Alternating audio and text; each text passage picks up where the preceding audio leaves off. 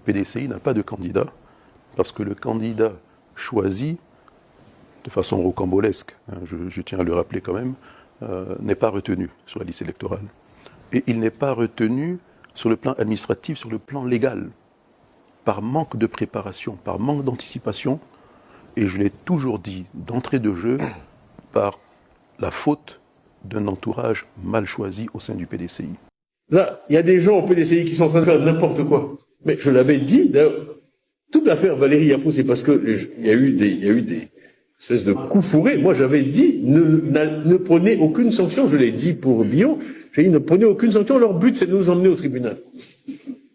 C'est tout. Parce qu'ils savent ce qui va se passer. Et c'est par les journaux que j'ai appris qu'on avait signifié à Valérie Yapo la décision la concernant, ce que j'avais interdit. Et à partir de là, c'est Finistère, donc vous mettez le doigt dedans. Si tu deviens le président de ce pays pour 24 heures seulement, qu'est-ce que tu as fait? 24 heures seulement. Aïe.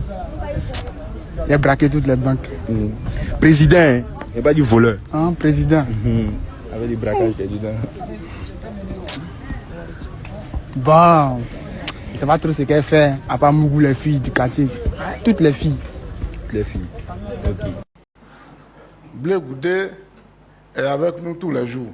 Je dis bien tous les jours, au propre comme au figuré. Personne n'a pris le président Alassane en otage. En tout cas, ceux qui sont pris en otage là, on les connaît. Vous avez vu tout à l'heure le discours de Gbagbo. C'est lui, à Gbagbo, on peut dire qu'il est pris en otage. Il est pris en otage. Parce que même pour marcher, il est pris en otage. Non? Quand il marche là, tu n'as pas vu les gens, ils sont là en train de le bousculer. Non, passe ici, passe ici. C'est ça l'otage. Oh, le président Alassane Ouattara n'est pas pris en otage. Si vous voulez qu'on parle là, on va parler. Quelqu'un qui n'est pas pris en otage là, il ne va pas aller parler comme ça. Et vous avez vu que sa femme veillait au grain. L'otage là. Voilà. Et nous informe qu'ils vont faire un coup d'État. Gbagbo dit qu'ils vont faire un coup d'État. Gbagbo Laurent dit qu'ils vont faire un coup d'État. Tidjane Thiam dit qu'ils vont faire un coup d'État. D'autres également disent qu'ils vont faire un coup d'État. Bien, nous, on les attend. Une élection présidentielle, ce n'est pas un jeu d'enfant. Les autres veulent le pouvoir, pourquoi? Pour dilapider les fonds de la République à nouveau. Qu'est-ce qu'ils ont fait? Alors moi, je suis fier de mon bilan. Et je continuerai. Alors, je mets en garde tous ceux qui veulent mettre le désordre. Si c'est ce qu'ils veulent, ils m'auront en face d'eux. Des sécurités, des menaces, est-ce que les frontières sont sécurisées? Mais tout le monde sait que nos frontières sont sécurisées. Vous ne voyez pas le travail. Quand vous voyez Afin Guessan qui dit que le président Alassane Ouattara a verrouillé la Côte d'Ivoire, je vous l'ai dit l'autre jour, mais si la Côte d'Ivoire est verrouillée là, où vont passer les autres pour venir nous attaquer? La Côte d'Ivoire est verrouillée. La seule chose qu'il a dite et qui soit vraie, c'est qu'effectivement, la Côte d'Ivoire est verrouillée. Donc, n'importe qui ne peut pas se hasarder à venir en Côte d'Ivoire faire ce qu'il veut.